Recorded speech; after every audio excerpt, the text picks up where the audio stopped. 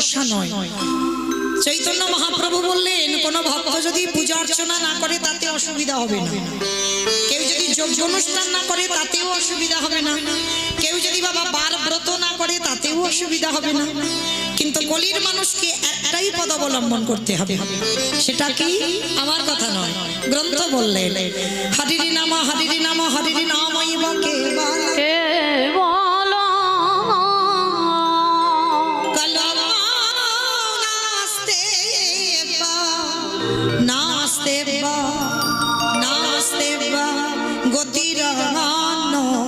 গতির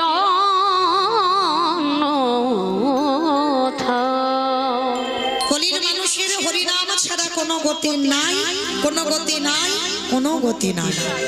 একমাত্র ভব পারার সম্বল হচ্ছে বাবা এই হরিনাম।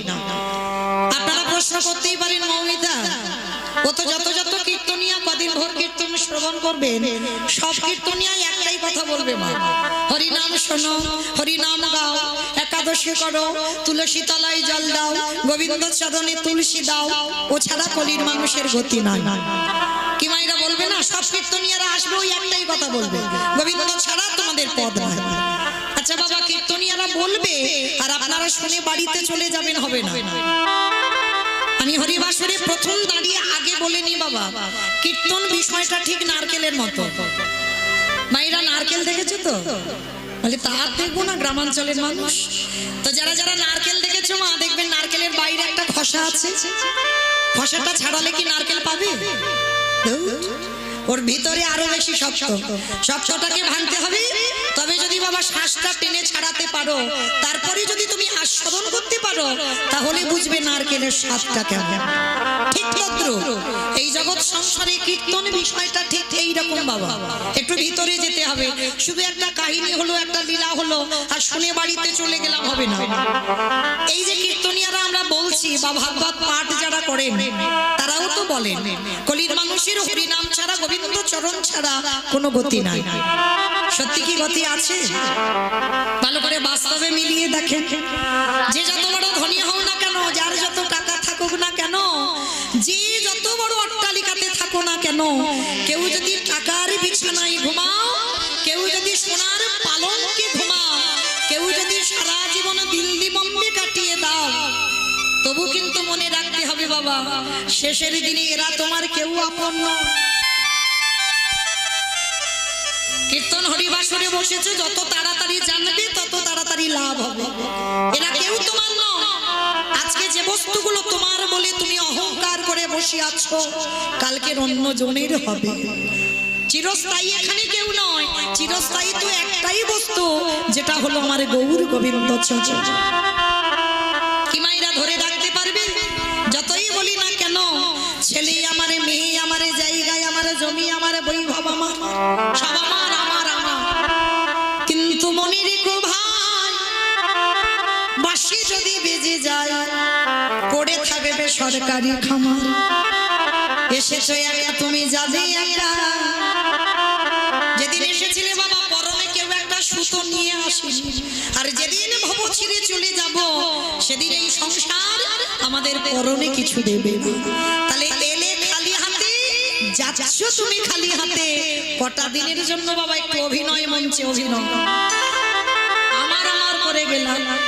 কিন্তু যাদের আকলে তুমি কৃষ্ণ ভজন ভুলে যাচ্ছ, যাদের আকলে রেখে তুমি গোবিন্দ বলে কাঁদতে পারছ না, যাদের আকলে থেকে তুমি বিষয়ে বৈভবে ডুবে রইলে, কেউ তোমার সাথী হবে না। শেষের দিনে সাথী হবে তোমার কর্মফল। জগতে কি করেছো? কতদিন তুমি হরিবাসরে বসেছো, কতদিন তুমি সাধু সঙ্গ করেছো, কতদিন যাবত তুমি গুরু চরণ ধরেছো, কতদিন যাবত তুমি একাদশী করেছো, কতদিন যাবত তুমি ধর্মকে আঁকড়ে ধরেছো। এই ভালো ভালো কর্ম আমাদের সঙ্গে হবে। আর একটা গ্যারান্টি, আমি মৌমিতা, এটা আমাদের সাথে যাবে। সেটা কারোর গ্যারান্টি নয়, ওটা আমার গ্যারান্টি, ওটা যাবে। তবে জানি না আপনাদের এই গ্রামে নিয়ম আছে কিনা, তবে আমার ডায়মন্ড হারবার এলাকায় নিয়ম আছে। মানুষের মৃত্যুর পর কিছু দাও বা না দাও মা, দুটো জিনিস ভাড়া করতে হবে। বলো তো কি? যারা আছে খুব ভালো, আর যার নাই দুটো জিনিস ভাড়া করবে। এক হলো খোল আর এক হলো করতাল। আর পেছনে যখন এই দেহটাকে নিয়ে যাবে বাজাবে না, বলো হরি বলো হরি। কি মাইরা বলে তো? তাহলে এই জায়গাটা একটু ভাববেন। এই যে দুর্গা পূজা হয়ে গেল, এবার লক্ষ্মী পূজা।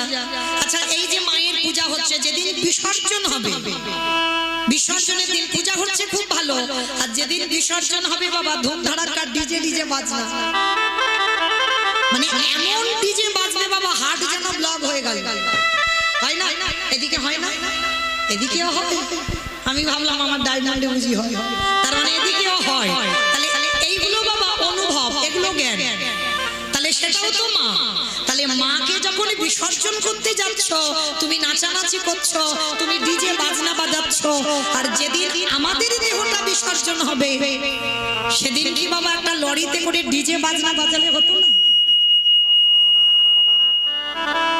হওয়ালে হতো। তাহলে হওয়াচ্ছি না কেন? এই জায়গায় আমার চৈতন্য মহাপ্রভু শিক্ষা দিলেন, ওরে কলিরজি ভালো করে পিছনে চেয়ে দেয়, এলি খালি হাতে যাচ্ছি সে খালি হাতে। তাহলে শেষের দিনে তোর সঙ্গী হলো কর্মফল, আর কি সাথী হলো? যাত্রা, নাটক, ফাংশন যাই হোক না কেন বাবা, কিছু সঙ্গী নয়। তাহলে সঙ্গী কি? এই হরি নামে যাবে।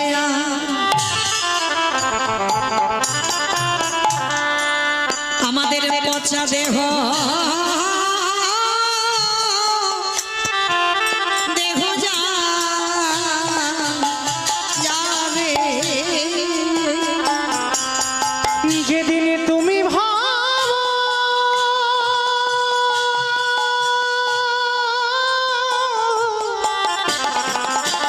কেউ কারণ নয় মা, কেউ কারণ নয়।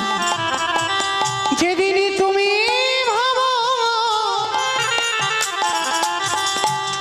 ওই ভব পারে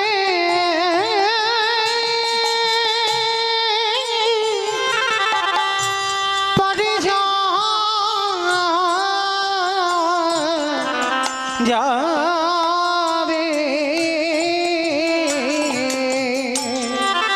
সেই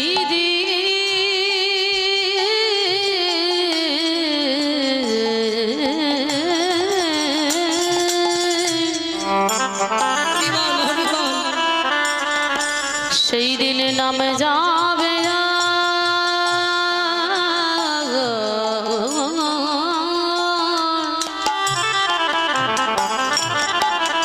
এই পচা দেহ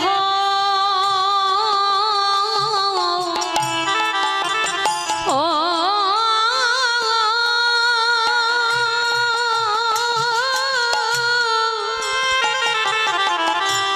দেহ যাবে।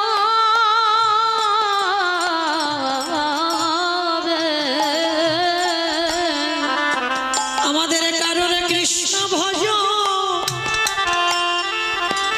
ভজন হলো না কৃষ্ণ বলে বলি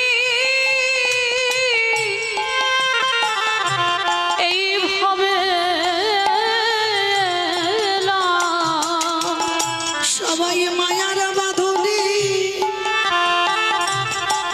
আমরা বন্দী হলো, শুধু আমার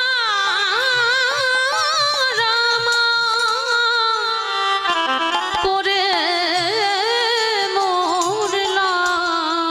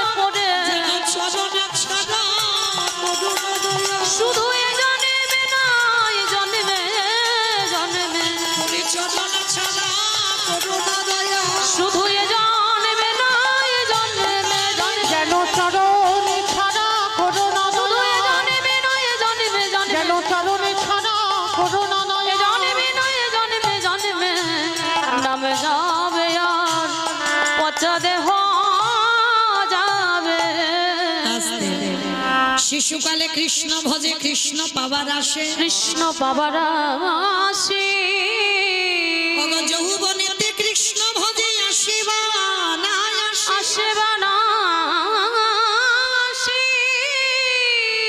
অগ বৃদ্ধকালে কৃষ্ণ ভজে জমের তহর আসে। আপনারা শাস্ত্র জ্ঞানী তত্ত্ব জ্ঞানী সবাই জানেন শিশুকালে কৃষ্ণ ভজে কৃষ্ণ পাবার আসে। শিশুকালে ভজন হয় না বাবা, এই জায়গাটা আমার খুব মন দিয়ে শুনবেন। শিশুকালে ভজন হয় না, আবার একদিকে বলছে কুড়ি ফুলেও ভজন হয় না। কি বাবা কুড়ি ফুল সেবায় লাগে? আমার মায়েরা বলে ছোটবেলায় দেখতাম যখন গাছ থেকে কুড়ি ফুল তুলে আনতাম, মা ঠাকুমারা কত বকাবকি করতো, এই কুড়ি ফুল তুলে রেখে সেই ফুল যদি ফোটে ওটা গোবিন্দ সেবায় লাগে না, কারণ তুমি গাছ থেকে কুড়ি ছিঁড়ে নিয়েছো, সে পুষ্পটিতে হওয়ার আগে তুমি তুলে নিয়েছো, সেটা গোবিন্দ সেবায় লাগে না। আর কুড়ি ফুল সম বাল্যকাল, কারণ বাবা আমরা তো ধ্রুবের মা হতে পারিনি আর প্রহ্লাদের মা হতে পারিনি, যে সেই ধ্রুব মহারাজ প্রহ্লাদ মহারাজ সেই 5 বছরে কৃপা পেয়েছিল, আর কলিযুগে আমাদের ছেলে মেয়েরা 5 বছরে কৃপা পাবে, হবে না। তাহলে কুড়ি ফুলের সেবা লাগবে না, আর বাসি ফুল তো লাগবেই না বাবা, আপনারা সবাই জানেন বাসি ফুল লাগে। ভালো করে দেখেন, একদিকে দেহতত্ত্ব আর একদিকে শাস্ত্রটাকে মেলাতে হবে। বাসি ফুল গোবিন্দ সেবায় লাগে না, আর বাসি ফুল সম বার্ধক্যকাল, দন্ত পড়ে যাবে, কেশ পেকে যাবে, চামড়া গুলো আলগা হয়ে যাবে, ভালো করে কৃষ্ণ বলে বদন ভরে ডাকতে পারবে না। স্নান করে ঠাকুরের ঘরে গেলে শরীর অলস হয়ে যাবে, ভগবানের জন্য যদি নাম করতে বসো বারে বারে ঘুম পেয়ে যাবে। এটা বাসি ফুল সেবায় লাগছে না, তাহলে সেবা দেবে কোন ফুল? আজকের ফোঁটা ফুল, আর আজকের ফোঁটা ফুল সম আমাদের যৌবনকাল। এটা আমার কথা নয় মা, গোবিন্দ আমার বারবার বলছে রাধে গো ভক্তের যৌবন বড় আমি ভালো বলে ওগো রাধে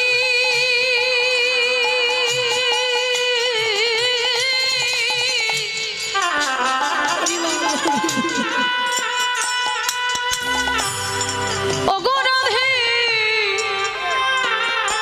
রাধে বিনোদিনী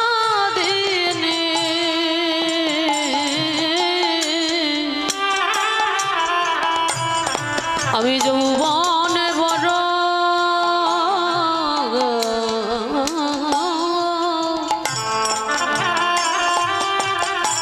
বড় ভালো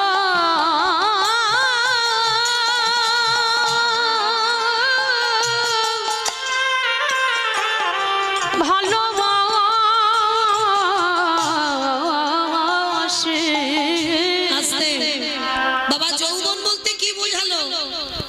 যখন আমাদের দুটো হাত গোবিন্দ সেবার কাজে ঠিক ঠিক লাগবে, যখন তোমার দুটো চরণ গোবিন্দ স্থানে যেতে পারবে, যখন তোমার এই জিহ্বা পরিষ্কার কৃষ্ণ নাম উচ্চারণ হবে, যেদিন তুমি কর্ণমূলে কৃষ্ণ নাম শুনতে পাবে, যেদিন তুমি নয়ন ভরে গোবিন্দ রূপ দেখতে পাবে, যেদিন তোমার 10 ইন্দ্রিয় সতেজ, সেই সময়টাকে বলছে যৌবনকাল। কারণ যখন শরীরে বল ক্ষমতা থাকে মা, তখন যে গোবিন্দ সেবা করে যত তৃপ্তি পাওয়া যায় আর কোনো কালে কোনো সময়ে পাওয়া যায় না। যার জন্য বাবা এখানে যারা রাধারানী সেই যে মাথুরী লীলা শুনেছেন, এগুলো বাবা বৈষ্ণব পাদা বলি, সেই মাথুরী লীলায় গোবিন্দ আমার বৃন্দাবন ছেড়ে মথুরায় চলে গেল, আর যখন চলে গিয়েছিল রাধারানী 100 বছর কেঁদেছিল বাবা, আর 100 বছর কেঁদে ললিতা বিশাখা ইন্দুরেখা চম্পক লতিকা রঙ্গদেবী তুঙ্গবিদ্যা সুদেবী অষ্টসখী সবাইকে ডেকে বলেছিল, সজনী রে আমার বধূ যে ব্রজ ছেড়ে মথুরায় চলে গেল, যেদিন আমার গোবিন্দ কোনদিন যদি আমার সৌভাগ্যে যদি আবার বধূ আমার ব্রজে আসে,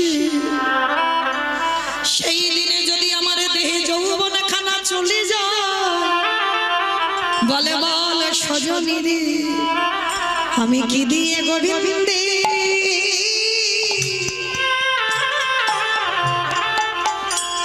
গোবিন্দের সেবা দেব আমার যৌবনে জানি নিতাই গৌর হরি বল হরি বল হরি বল।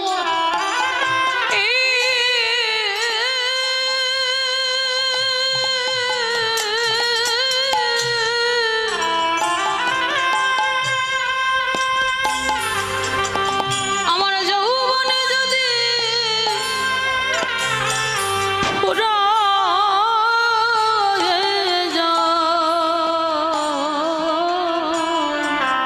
ওরে ললিতা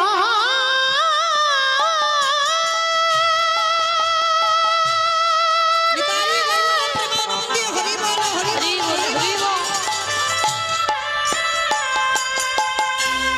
ওরে প্রাণ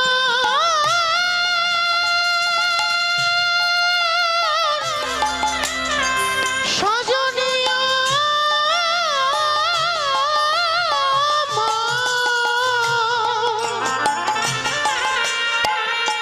যেদিন আমার বধূ এই ব্রজে ফিরে আসবে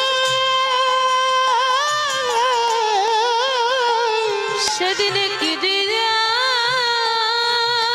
আমার বধূর সেবা আমার প্রাণবধূর সেবা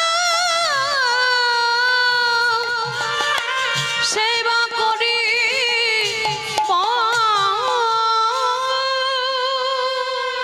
তাহলে কি জানলাম কৃষ্ণ ভজিবার তরে সংসারে আয়ন বিছে মায়ায় বদ্ধ হয়ে বৃক্ষ সম হইন। তাহলে চলেন সকাল সকাল নেমে পড়েন। আজকের আমরা সবাই যখন একত্রিত হয়েছি একটা কথা মনে রাখবেন বাবা, হেসে কীর্তন শোনার শ্রোতা জগতে অনেক পাওয়া যায়, কিন্তু আনন্দ তখনই হয় এই পৃথিবীতে যদি কেউ কৃষ্ণ নামে হৃদয় যুগল ভাসাতে পারে। এই পৃথিবীতে কেউ একবার যদি কৃষ্ণ নামে কাঁদতে পারে, এই জগতে যত জ্বালা যন্ত্রণা সমস্ত কিছু দূরীভূত হয়ে যায়। তো চলেন যোগ যখন এসেছে যাতে বিয়োগ না হয়, কারণ একটা মূল্যবান কথা আপনাদের বলে দিই। আমার এই দাদা ভাইরা যারা আমাকে নিমন্ত্রিত করে এনেছেন, আপনাদের সবার জন্য একটা খুব মূল্যবান সম্পদ, মানে পৃথিবীর মাটিতে বলা যায় পৃথিবীর মাটিতে সব থেকে মূল্যবান সম্পদ আপনাদের জন্য একটু রেখেছেন। তো আমি আপনাদের চরণ ধরে প্রার্থনা করব, অন্তত আমার কীর্তনের শেষে আপনারা শেষ পর্যন্ত একটু থাকবেন। যেহেতু আমার দাদা ভাই আমাকে নিমন্ত্রিত করে এনেছেন, আমি শেষ কীর্তনিয়া, আমার পরে আর কীর্তন নেই। আর যেহেতু আপনাদের সবার জন্য একটা মূল্যবান সম্পদ রেখেছেন, হ্যাঁ, সেই সম্পদটাকে আপনাদের হাতে তুলে দেব। তো যার জন্য সবার কাছে আমার বিনীত ভাবে নিবেদন, কীর্তনের সমাপ্ত পর্যন্ত আপনারা একটু ধৈর্য ধরে বসবেন। দেখবেন অচৈতন্য জীবের চেতনা দেবার জন্য কীর্তন। তাহলে আজকে আমরা সবাই কিছু না কিছু জানবো, কিছু অনুভব করব। তার জন্য সবাই একত্রিত হয়ে আমরা সবাই যাব শ্রীধাম নদিয়া নবদ্বীপ ধাম। কি মাইরা সবাই একটু নদিয়ায় যাবে তো? সবাই যাবে? বাহ, তা আজকে সবাই যখন যাব, আর আপনারা জানেন দিন আমার আমার প্রাণে ওরা আজি জয় জয় হলো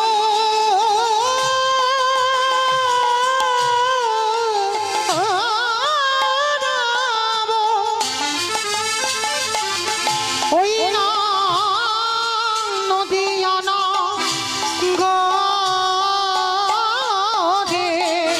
গরে জনমলা ভিবি গোদা সচ্চি জয়ুদরে ওই না জন আমল ভিবে গোরা সচির উদরে ওই না জনমল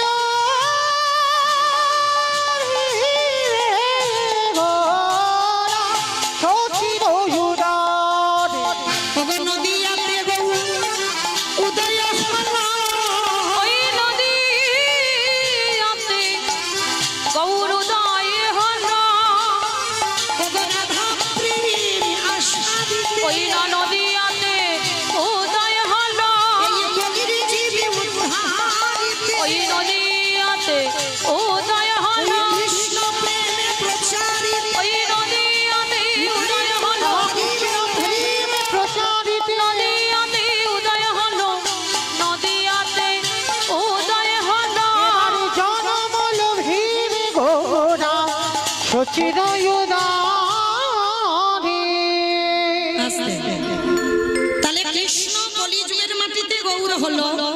আচ্ছা মা কার ডাকে এলো? আপনাদের আমাদের ডাকে নয়, এসেছিল শান্তিপুরের মাটিতে বুড়ো অদ্বৈত আচার্য গোসাই। আচ্ছা বাবা, এখানে আমাদের প্রশ্ন, পৃথিবীর মাটিতে ভক্তের অভাব তো ছিল না, তাহলে এত রকমের ভক্ত থাকতে একেবারে শান্তিপুরের মাটিতে বুড়ো মালির ডাকে কেন এলো? তাহলে জানতে হবে শান্তিপুরের বুড়ো মালিটা কে, যার একটা নাম হলো অদ্বৈত আচার্য গোসাই। আর এই অদ্বৈত আচার্য গোসাই যিনি হচ্ছেন বাবা, আরো একটা নাম হচ্ছে যার নাম মৃত্যুঞ্জয়। আমা বলো তো কোন ঠাকুরকে মৃত্যুঞ্জয় বলে? কালী ঠাকুরকে, কালী ঠাকুরকে। কালী ঠাকুরকে নাকি মৃত্যুঞ্জয় বলে? শিব ঠাকুর, শিব ঠাকুরের একটা নাম হচ্ছে মৃত্যুঞ্জয়। কেন না, সত্য ত্রেতা দাপর এই তিন যুগে আমার বাবার রূপ পরিবর্তন হয়, আর কলিযুগের মাটিতে রূপ পরিবর্তন করে নাভা দেবীর গর্ভে জন্ম নিয়েছিল কমলাক্ষ। তাহলে আজকের আমাদের জানার বিষয় বাবা, যার ডাকে কৃষ্ণ নদী আই গৌর হলো, যার আহ্বানে ব্রজেন্দ্র নন্দন কৃষ্ণ নদী আই গৌর হয়ে এলো, সেই অদ্বৈত আচার্য পরম বৈষ্ণব বাবা ভোলানা তিন যুগের শিব হলো, কলিযুগে কেন শিব হলো না? এই কেনর কথা জানতে গিয়ে বাবা আমাদের একটুখানি সবাইকে যেতে হবে মহাভারত। এই মহাভারতে বাবা যুধিষ্ঠির মহারাজ করেছিল রাজস্বই যজ্ঞ। আপনারা জানেন এখানে দক্ষিণ 24 পরগনার মানুষ, অন্যান্য জেলার মানুষ যত না এই শাস্ত্র সম্পর্কে অভিজ্ঞতা, কিন্তু আমার দক্ষিণের মানুষ বাবা অভিজ্ঞতা বেশি। তো আজকে আপনারা ভালো করে রামায়ণ মহাভারত এগুলো তো পাঠ করেন, জানেন যুধিষ্ঠির মহারাজ করেছিল রাজস্বই যজ্ঞ। আর এই রাজস্বই যজ্ঞে আমার ভগবান কৃষ্ণ সবাইকে দায়িত্ব নিজে দাঁড়িয়ে থেকে একটা একটা করে কাজ বুঝিয়ে দিয়েছিল। আর যুধিষ্ঠির মহারাজ বলেছিল, কৃষ্ণ কৃষ্ণ তুই সবাইকে দায়িত্ব বুঝিয়ে দিলি, সবাইকে কাজ বুঝিয়ে দিলি, কিন্তু কৃষ্ণ তুই নিজে কোনো কাজ করবি না। ভগবান হেসে বললেন, আমার জন্য তো আলাদা করে দুটো দায়িত্ব ফেলে রেখেছি। সে কি? সবাই একটা করে কাজ করবে, কৃষ্ণ তুই নিজে দুটো কাজ। কি কাজ করবি কৃষ্ণ? বলে দাদা, এই যজ্ঞে যত যত ভক্ত আসবে আমি কৃষ্ণ দয়াময় হয়ে সবার প্রথমে আগে পা ধোয়ার ব্যবস্থা করব। ভগবান কতটা দীনতার প্রতিমূর্তি দেখেন। আমরা কলির মানুষ যেটা পারি না সেটা ভগবান করে দেখিয়েছে রাজস্বই যজ্ঞে। বলে ভক্ত যারা যারা আসবে আগে সবার পা ধোয়ার দায়িত্ব আমার। যুধিষ্ঠির মহারাজ শোনা মাত্র চমকে উঠেছে, অসম্ভব। কৃষ্ণ কে কোন জাতের মানুষ আসবে, কে নিচু জাত না কে উঁচু জাত, জাতের ঠিক নেই, তুই সবার পা ধোয়াবি? ভগবান হেসে বলছে, দাদা আমার কোনো কালে জাতের বিচার ছিল না, ওটা মানুষের। কি বাবা ভুল বললাম? ওটা মানুষের জাতের বিচারে, নিচু জাত আমি উঁচু জাত, হ্যাঁ এটা মানুষ করে, এটা ভগবানের নয়। ভগবানের যদি বিচার থাকতো তাহলে বাবা নবদ্বীপের মাটিতে মলয় চাঁদ কাজী যে বিধর্মী মুসলমান তাকে কৃপা করতে পারত? গোহক চণ্ডাল নিজ জাতি তাকে কৃপা করলো ত্রেতা যুগে রঘুপতি রামচন্দ্র। শবরী মা চণ্ডাল কুলে জন্ম নিয়েছিল, শবরী মাকে কৃপা করলো, ভুরি ভুরি প্রমাণ। তাহলে ভগবানের জাতের বিচার হয় না, জাতের বিচার মানুষ করে। হ্যাঁ, তো আজকের জগৎ সংসারে বাবা ভগবান সমাজকে শিখিয়েছে। আমি ভগবান হয়ে রাজস্বই যজ্ঞে আগে পা ধোয়ার ব্যবস্থা করেছি। কলির জীব তোদের ঘরে যদি সাধুগুরু বৈষ্ণব যায়, ভক্ত যদি যায়, সবার আগে পা ধোয়ার ব্যবস্থা কর। ছিল বাবা, আমার ঠাকুমাদের দেখতাম অনেক আগেকার দিনের কথা, তখন খুব ছোট, তখন দেখতাম যে বাড়িতে যদি গুরুজনেরা আসে সবার আগে মা পা ধোবার ব্যবস্থা করা হয়। আর এখন আমাদের মতো মেয়েরা যত টিভি সিরিয়াল দেখে আর তাদের মতো আচরণ হয়ে যায়, আমরা ভুলে যাই সেই পুরানো সংস্কৃতির কথা। কিন্তু চরণ ধরে বলে যাই মা, এই অধম কীর্তনিয়া আপনারা যেন ভাববেন না যে মৌমিতা জ্ঞান দিচ্ছে বড় বড় কথা বলে। না, আমি জ্ঞান দিচ্ছি না বাবা, আপনারা জানেন, আমি একটু মনে করাচ্ছি। এটা তো শাস্ত্র বিধান দিল। দেখো ভগবান কিসের জন্য পা ধোবাবে? নিজে আচরি ধর্ম জীবেরই শেখায়, নিজে না করলে ধর্ম জীবকে শেখানো না যায়। নিজে আচরণ করে সমাজকে শেখাচ্ছে ভগবান, তোরা আমাকে দেখে শেখ। তাই সবার কাছে আমার বিনীত নিবেদন, বাড়িতে যদি গুরুদেব আসে সবার আগে পা ধোবার ব্যবস্থা করবে। অনেক মায়েরা প্রশ্ন করবেন, মৌমিতা গুরুদেব তো দেহ রেখেছেন, কি করব? আর বছরান্তর সাধুগুরু বৈষ্ণব ঠিক ঠিক পাই না, তাহলে আমি কি করব? ভগবান মুচকি এসে বলছে তার ব্যবস্থাও আছে, তার ব্যবস্থাও ভগবান করে দিয়েছে ভাগবতে। ভগবান কৃষ্ণ সুদামাকে বলেনি, সুদামা এই পৃথিবীতে সব থেকে বড় গুরু যে যার ঘরের বাবা মা। আমার কথা নয়, বিশ্বাস করতে হবে না আমার কথা।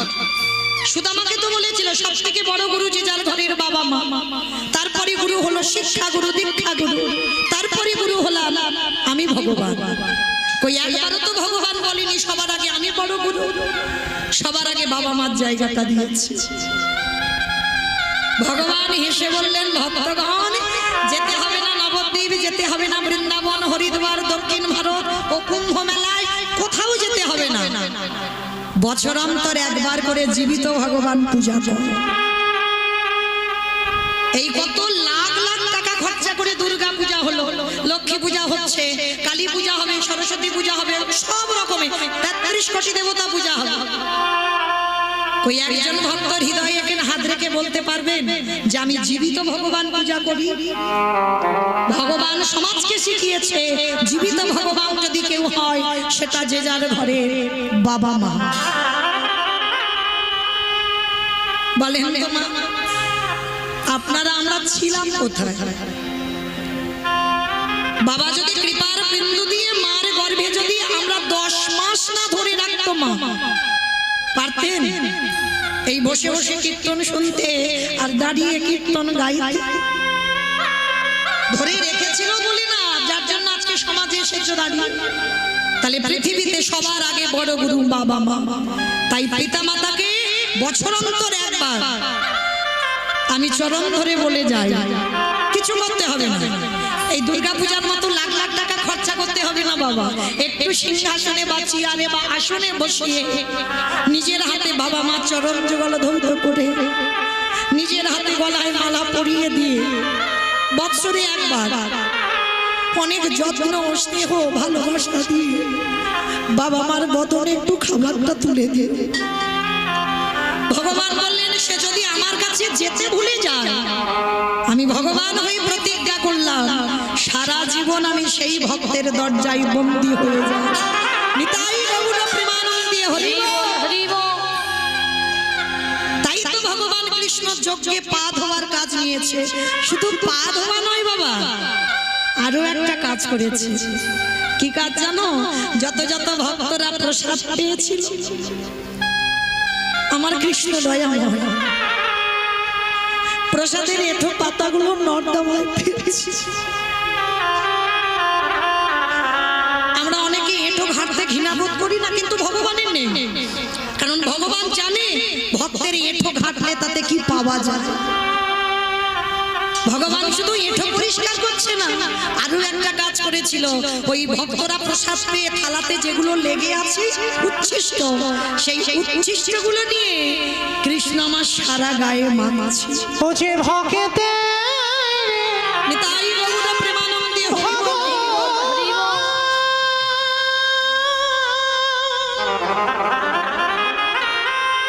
ও যে ভক্ত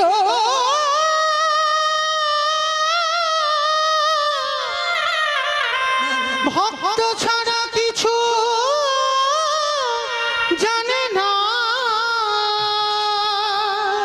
কৃষ্ণ, তাই তো যুগে যুগে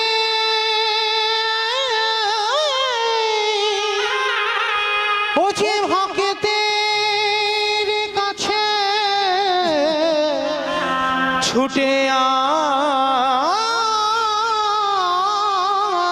আসে আমি যে ভক্ত ও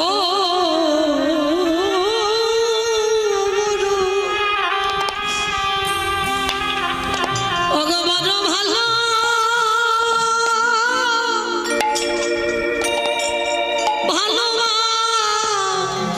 ভালোবাসি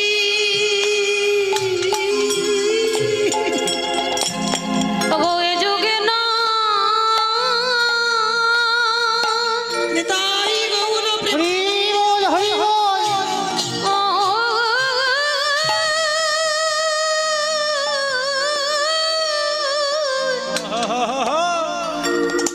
ওগো এ যুগে না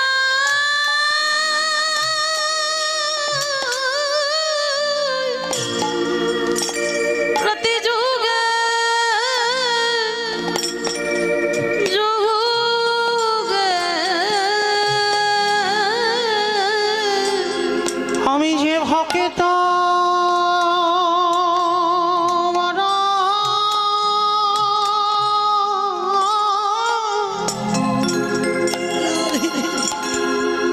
বড় ভালো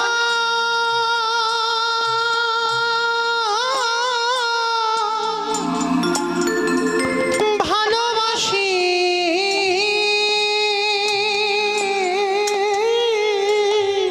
যুধিষ্ঠির আড়াল থেকে দেখে বলল কৃষ্ণ রে এই জগতে ভক্তদের চরণ ধোবাবি মেনে নেওয়া যায় ভক্তদের একটু পাতা নর্দমায় ফেলেবি মেনে নেওয়া যায় কিন্তু কৃষ্ণ রে ওরে ওই ভক্তদের এঠো কেন তুই গায়ে মা গেলি নিতাই ওরে কেমন ভক্ত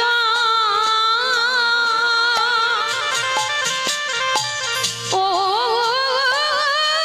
আর সেই নারী অসুর নিধন করে দেবতাদের দেবত্ব ফিরিয়ে দিয়েছিল দেখেন ওই চণ্ডী ঠাকুর রামের চরণ ভজন করে পেয়ে গেল গোবিন্দ চরণ বিল্ল মঙ্গল পতিতা নারী চিন্তামণির চরণ সেবা করে পেয়ে গেল গোবিন্দ চরণ জয়দেব গোস্বামী মা পদ্মাবতীর চরণ সেবা করে পেয়ে গেল গোবিন্দ চরণ শ্রী শ্রী রামকৃষ্ণ পরমহংস দেবে মা শারদার চরণ সেবা করলো করেন কি গো হ্যাঁ? আবার বিবেকানন্দ ভগ্নী নিবেদিতার চরণ ভজন করলো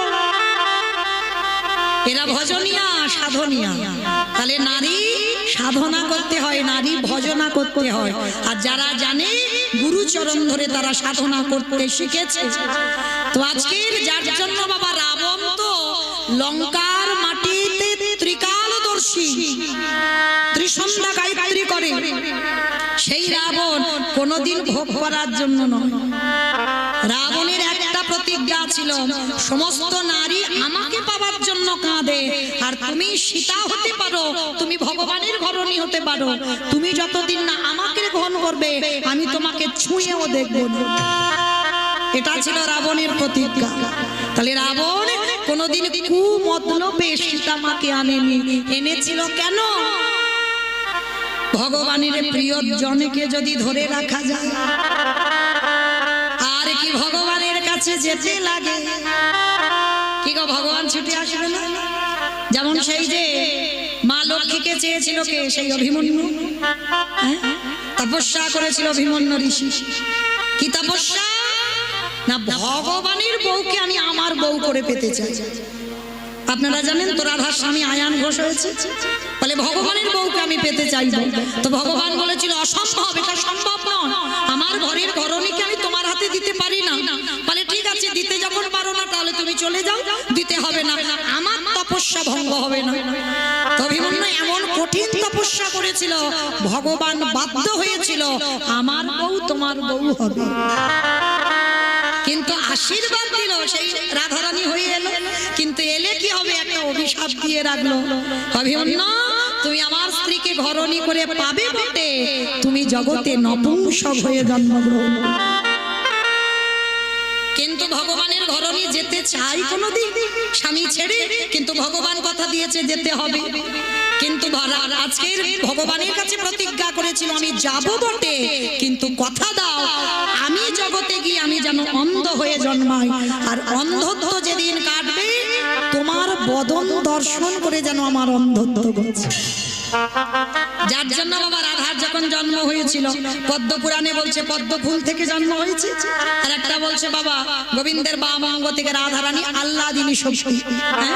কারণ গোবিন্দ একা একা কি সুখ পাওয়া যায় না, তাহলে একটা নারী সৃষ্টি করতে হবে, তাই রাধারানীকে বাম অঙ্গ থেকে সৃষ্টি করেছে। আর পদ্ম পুরাণ বলছে পদ্ম ফুল থেকে রাধারানীর সৃষ্টি হলো, তো সৃষ্টি হয়ে রাধারানী অন্ধ হয়েছিল।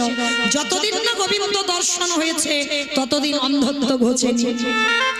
তাহলে ভগবান পর্যন্ত ভক্তের আশীর্বাদ দিতে বাধ্য হলো আমার বউ তোমার বউ হয়ে যাবে। আচ্ছা বলেন তো বাবা, এই যে আয়ান ঘোষ ভগবানের বউকে নিল, সত্যি কি ভোগ করার জন্য নিয়েছিল? না, তিনি তো নপুংসক, তাহলে কিসের জন্য নিল? জানতো যদি ভগবানের প্রিয় ধনকে ধরে রাখা যায় তাহলে ভগবানের কাছে আমি যাব না, ওই ভগবানকে আমার কাছে ছুটে আসতে হবে।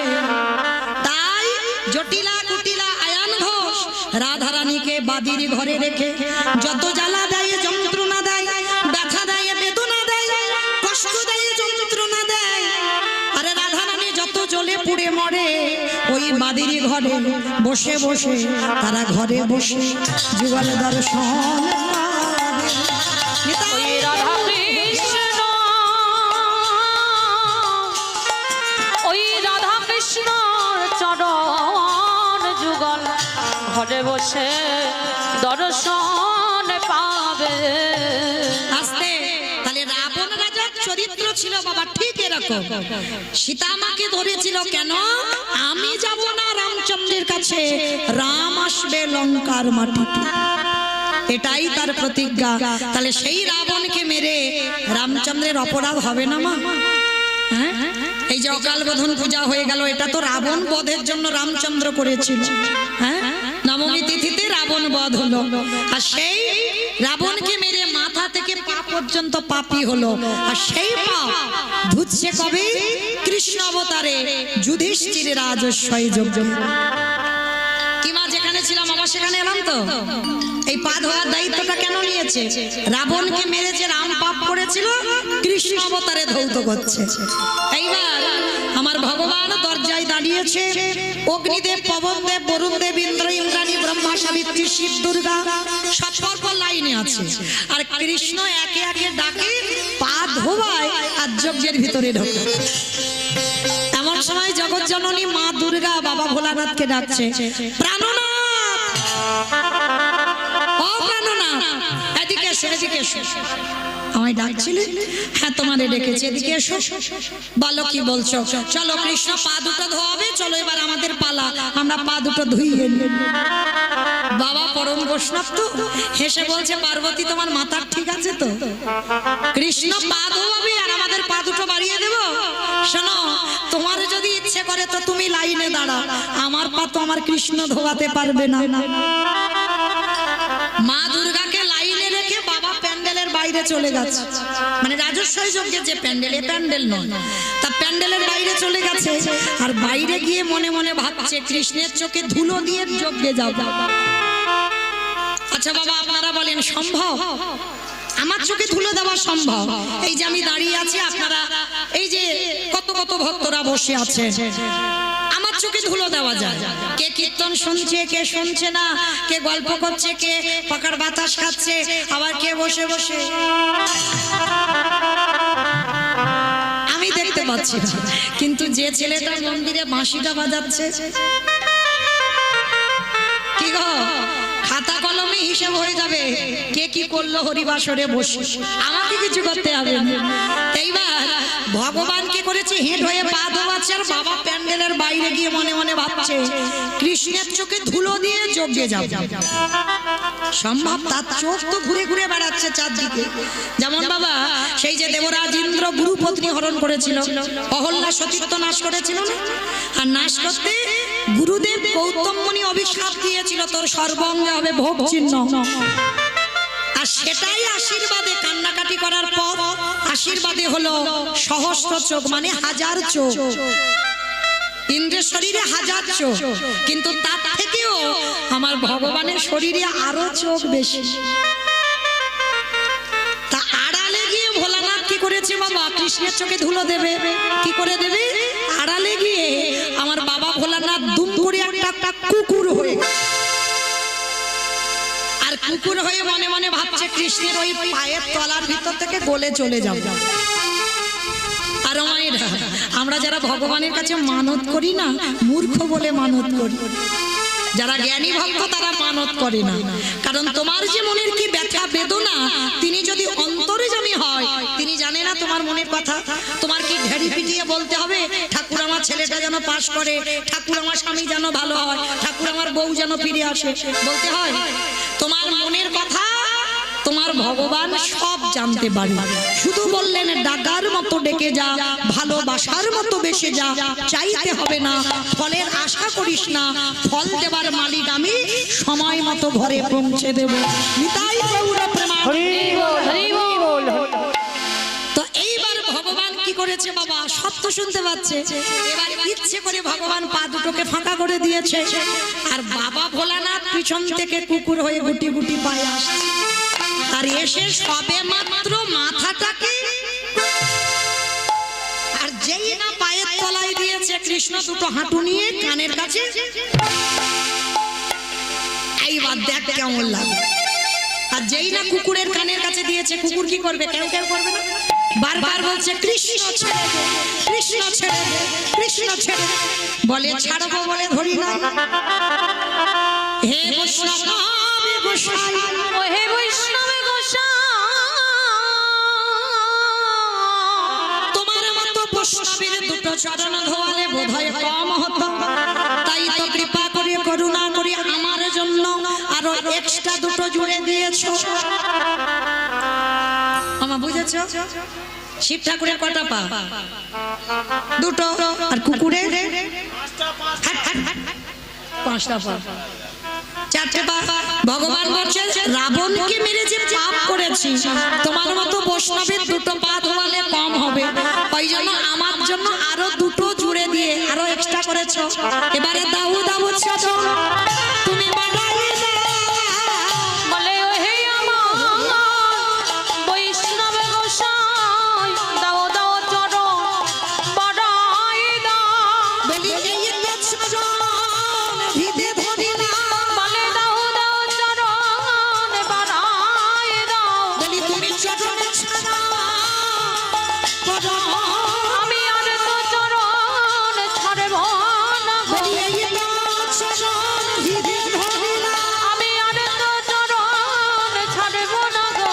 এই তো চরণ ভিধি ধরি না, আর তো চরণ ছাড়ব না গো। বলি এই তো চরণ ভিধি ধরি না। আর তো চরণ ছাড়ব না গো। দাও দাও চরণ বাড়াই দাও।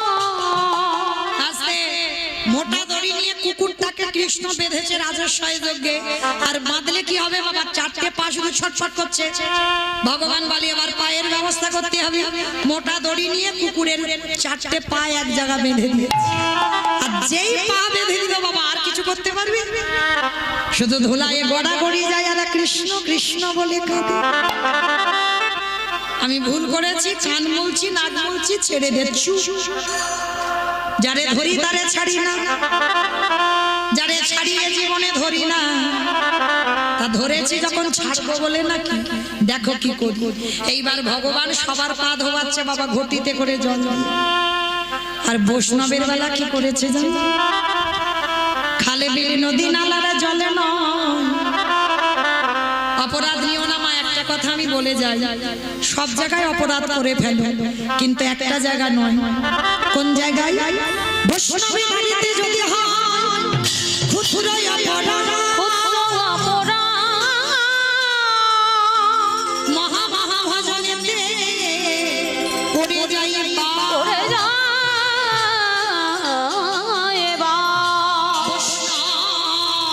অপরাধ করে দেবা গঙ্গা স্নান গঙ্গা স্নানে যায় প্রতিটা পাবনী গঙ্গা তারে দেখে দূরে সরে যা দূরে সরে যায় বৈষ্ণব দেখে যাবা নানমায় মন্ড নানগায়ে মুন্ড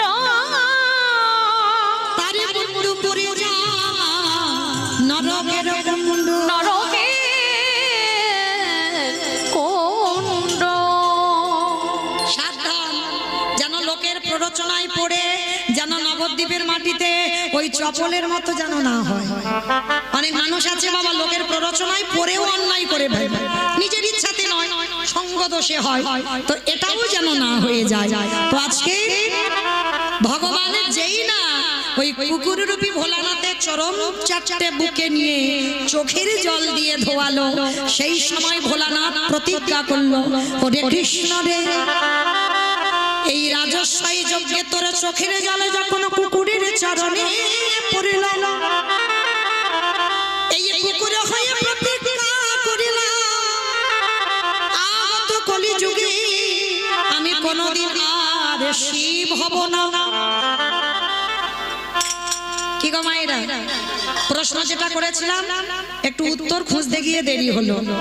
আমি কি করে বলেছিলাম সত্যতে শিব, ত্রেতাতে শিব, দাপরে শিব, কলিতে শিব নয়।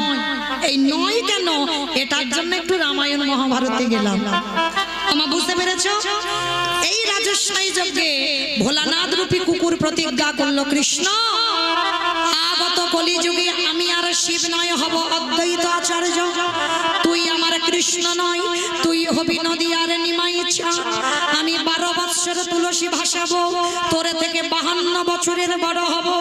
যেদিন শান্তিপুর থেকে নদীয়ায় যাব, আমি তোকে বৈকুণ্ঠ থেকে নদীয়ায় নামাবো।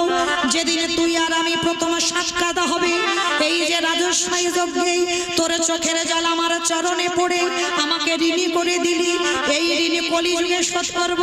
আমি অদ্বৈত, তুই গৌর হবি। যেদিন প্রথম সাক্ষাৎ হবে, ওরে এমনি করে চাচা আমি ভোগাইব। যেদিন নদী আমি নেমাই হবি, এমনি করে চরণ ধোয়াইব। বলি কেটে ঋণ শোধ করিব। যেদিন নদী আমি নেমাই হবি, বলি কেদেরি শোধ আমি এই প্রতিজ্ঞা করে রাখলাম। বলি এই প্রতিজ্ঞা করে এদের ঋণ শোধ করিব, বলি এই প্রতিজ্ঞা করে দিলাম। এদের ঋণ শোধ করিব, এমনি করে চরণ ধোয়াইব। আস্তে, তাহলে মাইরা পরিষ্কার বোঝা গেল। চলো তাহলে অদ্বৈত আচার্যের ডাকে নিমাই এলো, আর এসে কি করছে, কেহ বলে পুরাবেতে রাবণ অবধিরা। কেহ বলে পুরাবেতি। বাবা এগুলো আমার কোনো বানানো গান নয়, মহাজনী পদাবলী, বৈষ্ণব পদাবলী। তাহলে বৈষ্ণব পদাবলী শুনতে গেলে উলু কই, উলু মাঠে মাঠে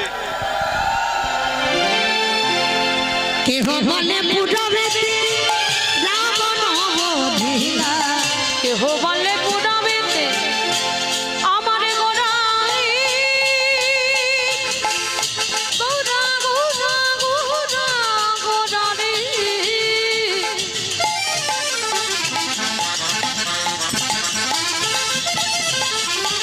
গোড়া গোড়া গোড়া গোড়া রে, গোড়া গোড়া রে। ওই নদীয়ার গোড়া আমার আমার প্রাণে গোড়া। কেহ বটে পুরাবেতে রাবণ অবধিরা। গোলকের বৈভব লীলা প্রকাশ করিলা। ওই গোলকের বৈভব লীলা প্রকাশ করিলা। ওই গোল